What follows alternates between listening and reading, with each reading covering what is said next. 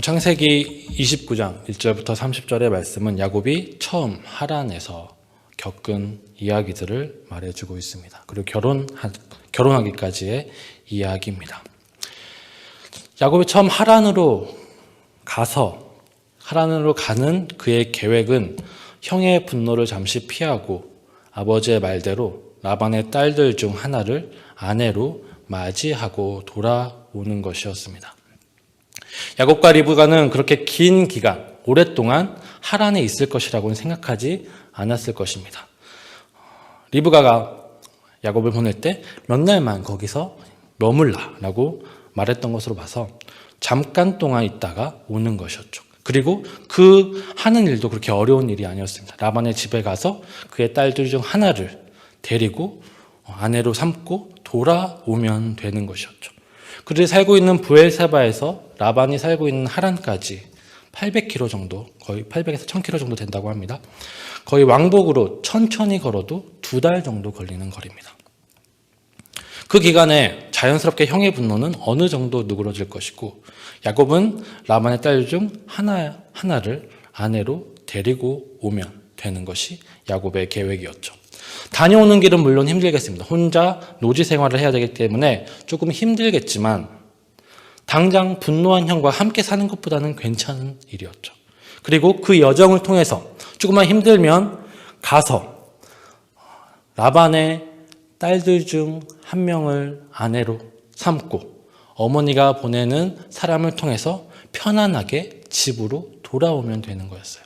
즉 가는 길만 조금 고생하면 아내를 얻고 다시 집으로 돌아올 수 있는 정말 좋은 계획, 괜찮은 계획을 가지고 하란으로 떠났던 것 같습니다. 그런데 어머니 리브가가 분명히 사람을 보낸다고 했는데, 몇 날 후에 사람을 보낸다고 했는데 보내지 못했어요. 이 사람이 무엇인지에서 먼저 생각해 봤으면 좋겠습니다. 리브가가 왜 야곱에게 사람을 보낸다고 했을까요? 형의 분노가 누그러졌으니 이제 집으로 돌아와도 된다. 그런 소식을 알려온 메신저였을까요? 그것보다는 전체의 그림을 봤을 때 이 사람은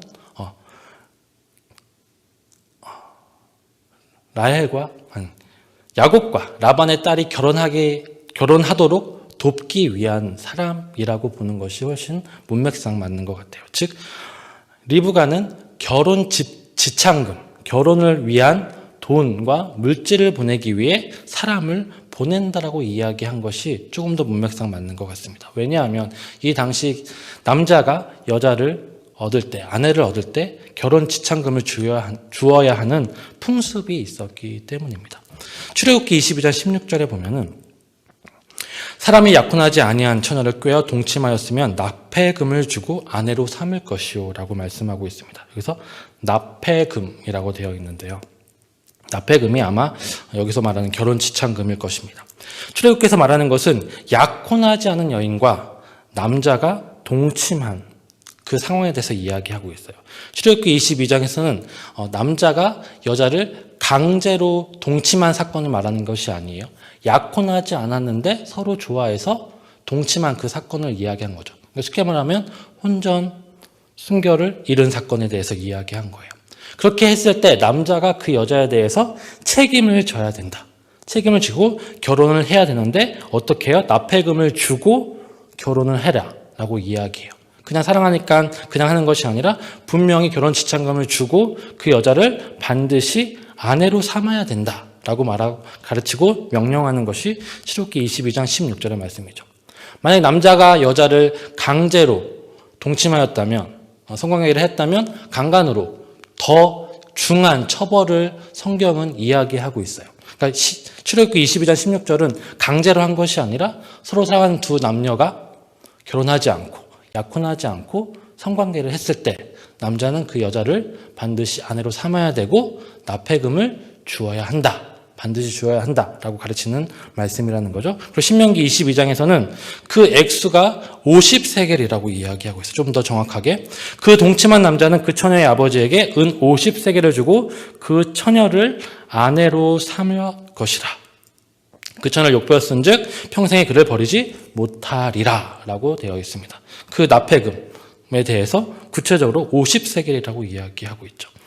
출애굽기와 신명기에 기록된 시대는 야곱의 이야기보다 한참 후의 이야기지만 고대에는 이런 풍습들이 계속해서 있었음을 알 수 있어요.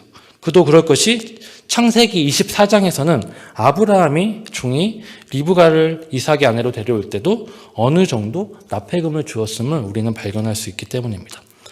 창세기 24장 52절, 53절입니다. 아브라함의 종이 그들의 말을 듣고 땅에 엎드려 여호와께 절하고 은금 패물과 의복을 꺼내어 리브가에게 주고 그의 오라버니와 어머니에게도 보물을 주니라. 정확히 이것이 결혼 지참금이라고 말하고 있지 않지만 어느 정도의 물질을 여자를 데려오면서 그의 집에 주고 있음을 우리는 발견할 수 있습니다. 이런 것들을 봐서 이 당시에 결혼 지참금이라는 풍습이 있었던 거죠. 아마도 야곱을 위해서 리브가가 사람을 보낸다는 그 말은 결혼 지참금을 가지고 사람을 보낸다라고 이해하는 것이 문맥상 맞을 것 같아요. 야곱은 이제 아버지의 축복을 받으면서 어머니의 그 약속을 믿고 하란으로 출발합니다. 하나님 아버지는 이삭에게 엄청난 축복을 해주시죠. 그리고 하란으로 가는 길에 야곱은 베델에서 하나님을 만납니다. 그리고 하나님께서도 야곱에게 약속을 해주시죠. 창세기 28장 15절입니다. 내가 너와 함께 있어 내가 어디로 가든지 너를 지키며 너를 이끌어 이 땅으로 돌아오게 할지라 내가 내게 허락한 것을 다 이루기까지 너를 떠나지 아니하리라 하신지라. 하나님께서는 반드시 야곱을 지킬 것이며 반드시 다시 돌아오게 하실 것이라고 약속하고 계십니다. 얼마나 든든해요. 가면서도 아버지의 축복을 받았어요. 리브가가 곧 사람을 보낸대요. 그래서 결혼할 수 있도록 도와준대요. 가는 길에 그 노지에서 하나님을 만나서 내가 너를 지켜주겠다라고 그 말씀하셨어요. 그 가는 길은 그렇게 힘들지만 혼자 생활해야 되고 혼자 먹고 자야 되는 어려운 상황이었지만 그럼에도 불구하고 야곱은 괜찮은 삶을 살고 있습니다. 그리고 그 약속대로 하란에 도착해서 어느 정도는 순적하게 그 인생이 흘러가는 것 같아요. 하란에 도착했을 때 순적하게 라헬과 라반을 만났습니다. 어렵지 않게 만났어요. 아브라함의 종이 창세기 24장에서 어렵지 않게 정말 한 도시에서 정말 어떻게 보면 서울보다는 좀 작겠죠. 지금 우리 그 당시로 치면 하란 정도의 인구라고 한다면 인천광역시 정도는 되겠네요. 그 정도에서 한 사람을 찾는다라는 것이 굉장히 힘들겠지만 그럼에도 불구하고 찾았잖아요. 너무나 쉽게. 그런데 야곱도 라헬을 그리고 라반을 너무 쉽게 찾았어요. 그것도 이야기가 되는 게 여러 명의 남자가 옮겨야 하는 우물을 막은 돌을 야곱이 혼자 옮겼다고 해요. 아무것도 아닌 것처럼 지나가고 있지만 그 이야기는 기적과 같은 이야기예요. 목자들이 이렇게 얘기하죠. 우리가 양떼에게 물을 먹일 수 없습니다. 왜냐하면 목자들이 모여야 함께 힘을 합쳐서 이 돌을 옮겨야 양떼에게 물을 먹일 수 있기 때문입니다. 라고 이야기를 했죠. 근데 라헬이 오자 야곱은 아무것도 아닌 것처럼 혼자 그 돌을 옮겨버려요. 야곱의 힘이라기보다는 하나님의 도우심이라고 보는 것이 훨씬 더 맞는 것 같습니다. 그렇게 쉽게 일이 진행되고 있습니다. 그런데 여기까지예요. 그 다음부터 야곱의 일은 그의 생각대로, 그의 계획대로 진행되지 않습니다. 라반을 만난 야곱은 그의 모든 일을 라반에게 소상히 이야기합니다. 그리고 야곱과 라반은 한 달간 함께 거주합니다. 그리고 한 달 후에 라반이 야곱과 앞으로의 일과 임금에 대해 협상합니다. 이 사이에 어떤 일이 있었을까요? 성경은 구체적으로 이야기하고 있진 않지만 문맥을 통해서 유추해 볼 수 있는 것은 야곱은 먼저 라반에게 자신의 이야기를 이야기할 때 자신이 아버지 이삭과 같이 아내를 얻기 위해 여기에 왔을 것이라고 말했을 거예요. 약삭빠른 야곱은 자신이 빈털터리로 쫓겨나오듯이 도망쳐왔다는 이야기를 하지는 않았을 거예요. 왜냐하면 그것은 자신에게 불리한 이야기이기 때문이죠. 한 달만 기다리면, 조금만 기다리면 어머니가 사람을 보내서 결혼 지참금을 가져올 겁니다. 그리고 우리의 결혼식을 하고 저는 떠나게 될 것입니다. 라고 말했을 것이죠. 지금 빈몸이지만 리브가가 곧 올 거예요. 그러나 한 달 동안 기다려보죠. 라반도 한 달 동안 보는 것 같아요. 그런데 한 달 동안 아무도 오지 않죠. 올 이유가 없습니다. 야곱은 빈털터리라는 것을 라반은 알았죠. 이제 라반은 이전에 야곱을 향해서 넌 내 혈육이다 라고 말을 했는데 어떻게 바뀌죠? 한 달 후에 아무것도 없고 사람도 오지 않은 것을 보자 이제 좀 일을 해야 되지 않겠니? 라는 모습으로 바뀌게 되죠. 상황이 정반대로 바뀌게 됩니다. 왜 그러면 리브가는 사람을 보내지 못했을까요? 이것도 본문을 통해서 유추해 볼 수 있습니다. 아버지 이삭이 야곱을 축복하며 보낼 때 네가 라반의 집에 가서 라반의 딸들 중에 아내를 하나 얻고 돌아와라 라고 했을 때 이삭은 야곱에게 무언가 주었다는 이야기가 없어요. 아브라함의 종에게 하란에 가서 내 친족 중에서 아내를 구해라 라고 했을 때 어마어마한 재물을 보내요. 결혼 지참금과 함께 보내는 거죠. 근데 이삭은 야곱을 보낼 때 아무것도 같이 보내지 않아요. 혼자 무일푼으로 몸만 보내죠. 이삭의 의도가 있었던 것이죠. 이 장면은 이상한 거예요. 이삭은 알았을 거예요. 돈이 필요하다는 거, 결혼 지참금이 필요하다는 것을 알았을 거예요. 그런데 보내지 않아요. 이삭은 의도적으로 결혼 지참금을 야곱에게 보내지 않습니다. 야곱에게 속은 것이 화가 나서였을까요? 성경은 이야기하고 있지는 않아요. 그러나 분명한 의도가 있었을 것이죠. 이삭은 어머니의 꾀나 어떠한 외부적인 것이 아니라 자신의 힘으로 결혼하고 그것을 통해서 성장하기를 원했을 거예요. 그것이 아버지의 마음이겠죠. 그렇게 축복하고 그런 축복을 통해서 야곱도 혼자 독립함을 통해서 성장하기를 원했을 것입니다. 그렇기 때문에 리브가가 보내려고 해도 보내지 못하게 했을 거예요. 사람은 오지 않죠. 리브가 아무리 보내고 싶어도 이삭이 주지 않으니까, 결혼을 지참금을 보내주지 않으니까 그 사람은 하란 땅에 도착할 수 없었을 거예요. 결국 야곱은 일을 시작해야 되죠. 자기는 빈털터리죠. 아버지에게서 어머니에게서 아무 사람도 도착하지 않죠. 그냥 라반만 만나면 모든 일이 순적하게 풀릴 수 있을 것이라 생각했는데 처음에 그렇게 일이 진행되고 있었는데 갑자기 자신의 생각과 다른 일이 전개되기 시작합니다. 난간이 시작되죠. 그 삶 가운데 돈을 위해서, 삶을 위해서 일을 하기 시작하게 된 것입니다. 그리고 야곱은 일을 하라는 라반의 제안에 7년 동안 라헬을 위해서 섬기겠다라고 이야기합니다. 라반은 그 한 달 동안 야곱이 결혼을 위해서 왔기 때문에 돈이 없음을 알고 그렇다면 네가 일을 해야 된다. 그래서 임금을 내가 주겠다라고 했을 때 야곱은 7년간 일해서 내가 라헬을 데려가겠습니다. 라고 이야기하고 있는 것이죠. 근데 이 시대 노동자들이 한 달에 한 세겔의 품삯을 받았다고 해요. 그러면 7년이면 50세겔보다 아까 신명기에서 말했던 50세겔보다 훨씬 더 많은 금액이겠죠. 야곱은 라헬을 사랑하기 때문에 그만큼의 헌신도 할 수 있다는 거. 처음에는 내 사랑을 보여주기 위해서 그만큼 일하겠다라고 이야기합니다. 그리고 기쁘게 그 일을 행하죠. 라헬을 사랑하기에 7년이 며칠같이 여겨졌다라고 성경은 기록하고 있습니다. 왜냐하면 7년만 일하면 7년이라는 긴 시간이지만 우리가 알잖아요. 7년이라는 게 얼마나 긴 시간인지. 우리가 코로나 시국에 1년 동안 지금 왔는데 얼마나 힘들고 어려운 그 시간들, 긴 시간들을 겪어왔습니까? 그것이 7년 동안 계속된다고 생각해 보세요. 요셉의 때에도 기근이 7년 동안 계속되었을 때 그 7년이 말이 7년이지 우리가 그 7년의 한가운데 있다고 한다면 얼마나 긴 시간일까요? 그러나 그 7년이 성경은 며칠처럼 야곱은 여겨졌다고 이야기하고 있어요. 갑작스러운 어려움과 고난과 고통이 있었지만 그럼에도 불구하고 라헬과 함께 할 수 있다면 그것은 야곱에게 아무것도 아니라는 것을 성경은 말해주고 있는 것 같아요.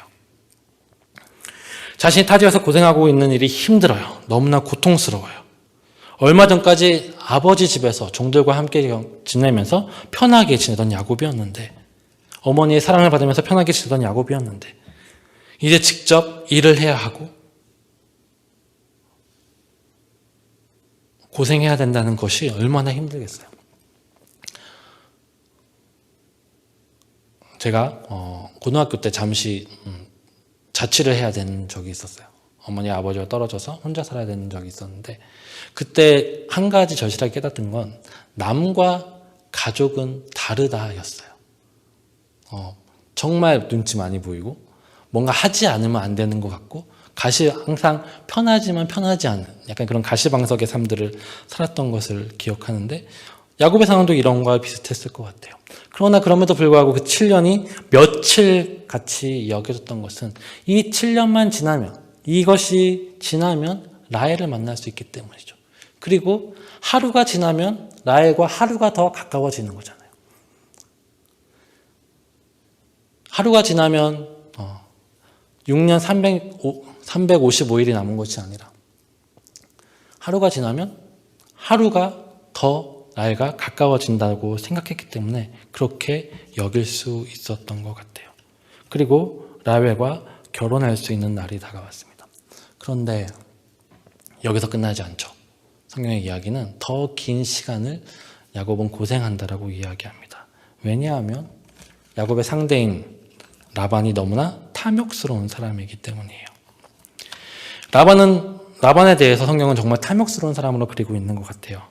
라반은 리브가를 보낼 때, 창세기 24장에서 리브가를 보낼 때 아브라함의 종이 가져온 재물과 약대를 보았다라고 성경은 기록합니다. 그리고 이 보았다를 강조하고 있어요. 라반이 보았다. 라반은 약대를 10마리나 종에게 맡길 정도로 아브라함과 이삭이 부자라는 것을 알았어요. 그리고 그가 준 결혼 지참금이 정말 많았다는 것을 경험한 사람이죠. 이제 라헬에 의해 이삭의 아들이 왔다는 소식에 그는 빨리 달려오죠. 그리고 야곱의 이야기를 듣고 너는 정말 나의 혈육이다 라고 이야기합니다. 혈육이 정말 반가워서 얘기했다기보다는 야곱은 내가 결혼하러 왔습니다 했으니까 라반은 그래 나도 또 돈을 많이 벌겠구나 라는 마음이지 않았을까 해요. 그렇게 이해할 수 있는 것이 거기만 보면 조금 과한 해석일 수 있지만, 이후에 라반은 돈을 위해서라면 가족도 가볍게 여기는 사람이라는 것을 보게 되기 때문이죠. 자기 딸을 내어주는 것도 아무것도 아닌 것처럼 내어줍니다. 돈을 위해서라면 가족과 바꾸는 것은 아무것도 아닌 그런 모습을 보여주고 있어요. 라반은 야곱에게 자신의 딸을 내어줄 때 부를 얻을 거라고 기대했고 한 달을 기다려줍니다. 그리고 한 달이 전 사람이 오지 않자 보수를 주겠다라고 이야기하죠. 이제 친족 관계가 아니다, 계약 관계다 라고 말을 하고 있습니다. 그리고 야곱이 라헬을 사랑하는 줄 알고 7년의 품삯을 라헬을 위한 결혼 지참금으로 내겠다고 하자 흔쾌히 맞아주죠. 정말 가족이라면 그거 너무 많아, 그거는 말이 안 돼, 그것은 내가 너무 미안해, 그러니까 조금만 일해, 그리고 라헬을 데려가 라고 이야기할 수 있었을 텐데 라반은 그렇게 하지 않아요. 너무 많은 돈을 준다고 해도 그래 그렇게 하자 라고 이야기합니다. 그리고 또 라반의 탐욕스러움을 보이는 건 뭐냐면 속이잖아요. 나중에 속여서 레아를 먼저 보내줘요. 그리고 나서 뭐라고 해요? 이제 라헬을 위해서 7년 더 일해. 7년이 적정한 품삯이 아니라고 말씀드렸어요. 너무나 과한 품삯이었어요. 야곱은 라헬을 사랑하니까 그렇게 일을 할 수 있었던 거예요. 근데 라반은 후에 자기가 속였음에도 불구하고 조금의 품삯을 받는 게 아니라 네가 지난번에 7년 일했지? 앞으로도 7년 더 일해. 그리고 내 딸들을 결혼할 수 있어 라고 이야기하고 있는 것이죠. 라반은 이익을 위해 야곱을 속였고 자신을 그것보다 더 많은 이익을 얻으려고 하고 있는 것입니다. 합당하지 않은 이익들을 계속 보려고 하고 있죠. 30장에 보면 야곱이 라반을 위해 일했기 때문에 라반은 많은 부를 얻었다라고 이야기합니다. 또 라반은 계속해서 야곱을 오랫동안 붙잡아 두려고 합니다. 그런데 어쩔 수 없이 야곱의 부가 너무 늘고 자기의 부를 빼앗기자 어쩔 수 없이 보내주게 되죠. 이렇게 야곱은 라반에게 속아 7년을 일해야 됐어요. 후에 또한 더 7년을 더 일해야 됐고, 그 7년 동안 아이들이 낳자 그냥 돌아갈 수 없어서 가족들을 위해서 6년을 더 일해야 했습니다. 갑작스럽게 점점점 기간들이 늘어나고 있죠. 그가 처음 잠깐 한 달 혹은 2달 정도만 고생하면 아내를 얻고 집에 돌아와서 편안하게 살 수 있을 거라고 생각했는데 20년 동안 타지 생활을 하면서 고생하면서 그가 지내게 된 것입니다. 우리의 인생도 이와 같은 것 같아요. 예측할 수 없는 일이 갑자기 일어나고 그것을 인해 곤란을 겪게 됩니다. 완벽한 계획을 짜았지만 그것을 준비했지만 갑작스러운 일로 인해서 그 계획이 흩어지고 고통당하고 아파하게 되는 것 같아요. 그리고 그것은 하나님을 믿는 사람이든 믿지 않는 사람이든 마찬가지로 일어납니다. 앞에서 본 것 같이 야곱은 이삭의 축복을 받으면서 길을 떠나요. 가는 길에 하나님께서는 야곱에게 약속하십니다. 그의 길은 형통할 것 같아요.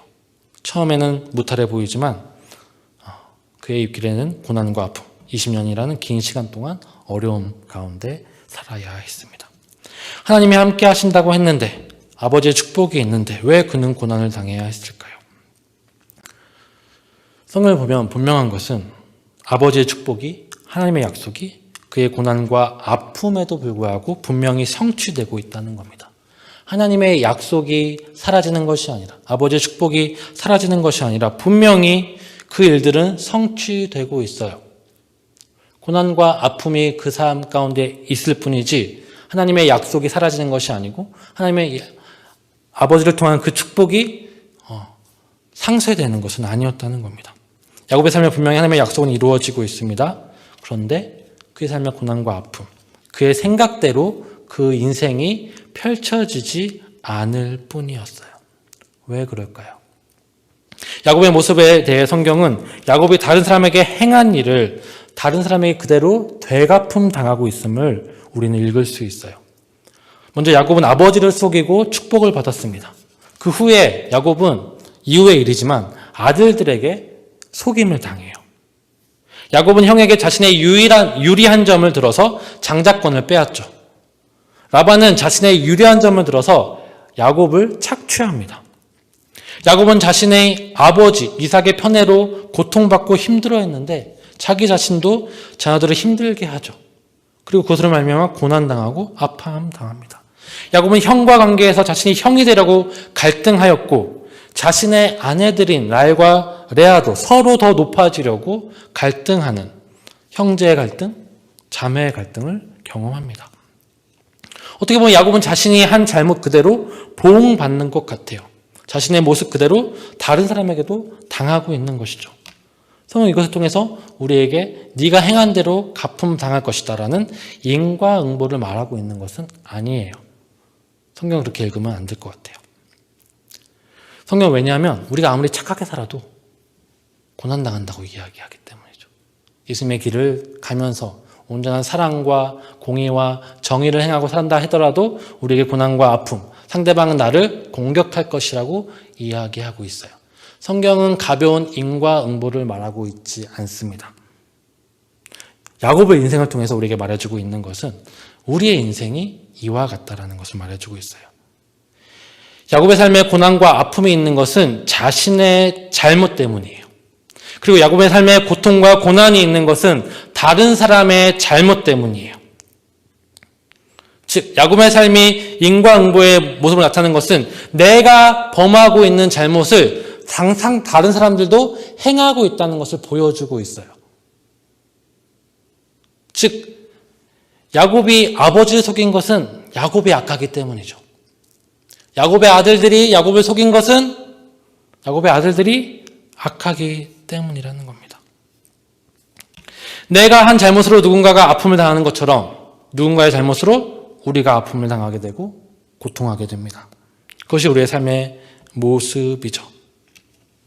야곱이 라반의 집으로 도망가게 된 것은 야곱이 악하기 때문이고 야곱이 라반의 집에서 20년 동안 고난의 세월을 보내야 했던 것은 라반이 악했기 때문이에요. 하나님이 약속을 잊으셨기 때문이 아니라 하나님이 야곱을 외면하셨기 때문이 아니라 하나님이 야곱의 죄를 물어서 인과응보의 삶을 보여주시기 위함도 아니라 야곱이 악하기 때문에 라반이 악하기 때문에 그와 함께하는 모든 사람이 악하기 때문에 고통과 슬픔과 아픔을 당하고 있음을 보여주고 있는 거예요. 내 죄를 내 앞에 있는 사람도 나와 함께 있는 사람도 동일하게 짓고 있는 것이죠. 우리 삶 가운데 고난과 아픔이 있는 것은 우리 모두가 악하기 때문이에요. 그렇기 때문에 우리 삶 속에 내가 예측할 수 없는 어려움과 고난과 슬픔이 다가오는 거예요. 하나님이 우리를 잊으셨기 때문이 아니라, 하나님이 우리를 축복하지 않으시기 때문이 아니라, 내 죄에 대해서 인과응보적인 처벌을 주시기 때문이 아니라는 거죠. 가벼운 인과응보는 아니지만 큰 인과응보는 있죠. 마지막 날에 우리의 행위는 심판받게 될 거예요. 갑작스러운 일로 말미암아 우리는 어떻게 살아야 될지 모르고 힘들은 삶을 살게 됩니다. 이런 고난의 삶은 믿는 사람이든 믿지 않는 사람이든 동일하게 당하게 되는 거죠. 그렇기 때문에 우리 모두가 악하기 때문에 모든 사람은 이 고통과 아픔 가운데 살아가게 되는 겁니다. 그 가운데서 믿는 자의 차이점, 하나님의 축복을 받은 사람의 차이점은 무엇입니까? 그 고난과 아픔에도 불구하고 하나님께서는 그 사람에게 대한 약속들을 이루어 가신다는 거죠. 그 축복들을 나타내 보이신다는 겁니다.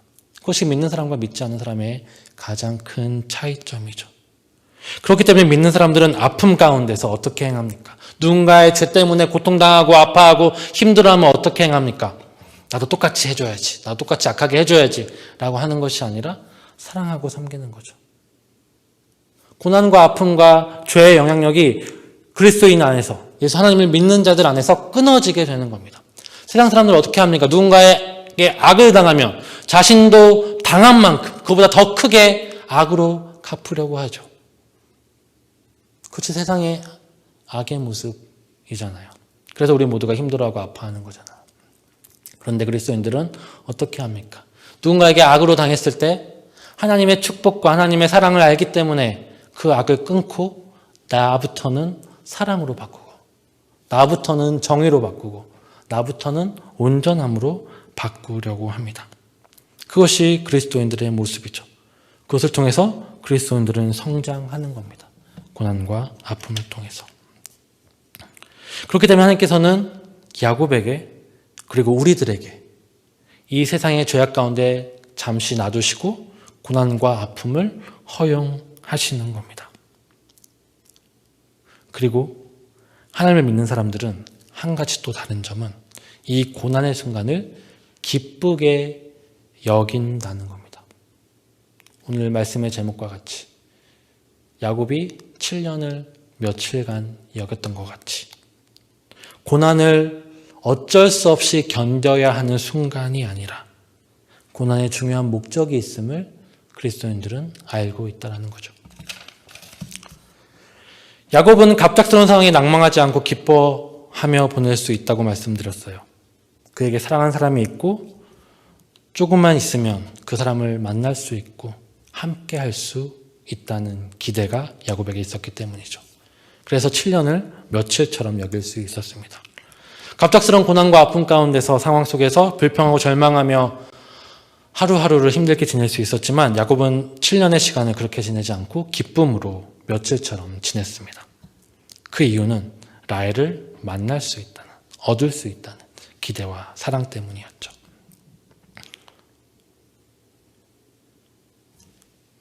그것이 그리스도인이 고난을 기쁘게 여길 수 있는 한 가지의 모습이라고 저는 생각합니다. 사도 바울은 골로새서 1장 24절에서 제가 몇 주 전에 사부 예배 때 나왔던 말씀인데요. 나는 이제 너희를 위하여 받는 괴로움을 기뻐하고 그리스도의 남은 고난을 그의 몸된 교회를 위하여 채우노라 라고 말씀하고 있죠. 괴로움을 기뻐한다. 바울은 정말 엄청난 말을 하죠. 이 고난, 삶의 고난과 괴로움은 나는 기뻐한다. 왜 그럴까요? 그리스도의 남은 고난을 채우는 것이기 때문이다. 내가 고난을 받음으로 내가 그리스도께 한 발 더 나아가고 있기 때문이다. 그리스도를 만난 날이 하루 더, 한 발 더 가까워졌기 때문에 나는 이 고난을 기뻐할 수 있다라고 이야기합니다. 바울의 마음이 저는 야곱의 마음과 동일하다고 생각해요. 우리의 고난의 삶이 그리스도를 만나기 위한 여정이기 때문에 우리는 이 고난 속에서 기뻐할 수 있어요. 악이 가득한, 악이 관영한 이 세상 속에서 그리스도인들은 이 고난이 그리스도께 한 발 더 나아가는 고난이기 때문에 그럼에도 불구하고 사랑할 수 있고 그럼에도 불구하고 정직하게 진실하게 살아갈 수 있는 것이죠. 우리가 예수님을 사랑하기 때문에 오늘 우리의 삶이, 오늘 하루의 삶이 힘들고 고되지만 그 날이 그리스도를 향해서 채워가는 날임을 믿기 때문에 우리 고난의 긴 시간을 수일처럼, 잠깐처럼 여길 수 있는 것입니다. 우리의 받은 삶 속에서, 우리가 살아가는 이 삶 속에서 우리가 받는 고난, 그 어떤 고난이라 할지라도 의미가 있어요. 그 죄악 속에서 우리는 그리스도의 사랑을 발견하게 되고 우리 자신은 더 성장하게 되고 예수님을 닮아가게 되고 우리의 존재는 예수님께 한 발 더 나아가고 있기 때문입니다. 이 말씀을 오늘 우리의 삶에 적용했으면 좋겠습니다. 코로나가 길어지고 우리의 삶이 너무나 힘들게 느껴집니다. 상황만 보면 낭망하고 절망할 수밖에 없죠. 갑작스러운 이 어려움 때문에 왜 그런지 불평할 수밖에 없습니다. 하나님은 어디 계신지 우리는 원망할 수도 있죠. 그러나 우리는 하나님의 약속을 믿고 하나님의 사랑을 믿기에 상황이 아니라 예수님을 바라보아야 합니다. 그 약속을 따라서 예수님이 이 땅에 오셨어요. 내일 모레 12월 25일이 그 날을 기념하며 기억하는 날입니다. 그 약속을 따라서 이제 예수님은 반드시 다시 오실 것이고 우리의 모든 고난과 고통을 회복시키실 거예요. 지금 우리의 코로나로 말미암아 힘든 삶은 그리스도의 남은 고난을 채워가는 날이에요. 우리의 남은 고난이 다 채워졌을 때 우리는 예수님을 만날 수 있고 예수님을 말미암아 온전한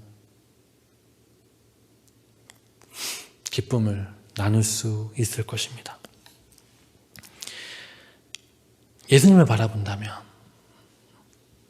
야곱이 라헬을 바라보고 그 힘들고 어려운 삶을 바라보지 않고 라헬을 바라보고 기뻐하며 살아갈 수 있었던 것처럼 우리가 예수님을 바라본다면 그리고 이 시간들이 예수님께 더 가까이 가는 시간이라는 것을 믿는다면 고난 속에서 우리는 진정으로 기뻐할 수 있고 이 고난 속에서 우리는 그럼에도 불구하고 누군가를 사랑할 수 있고 섬길 수 있고 희생할 수 있는 것이죠.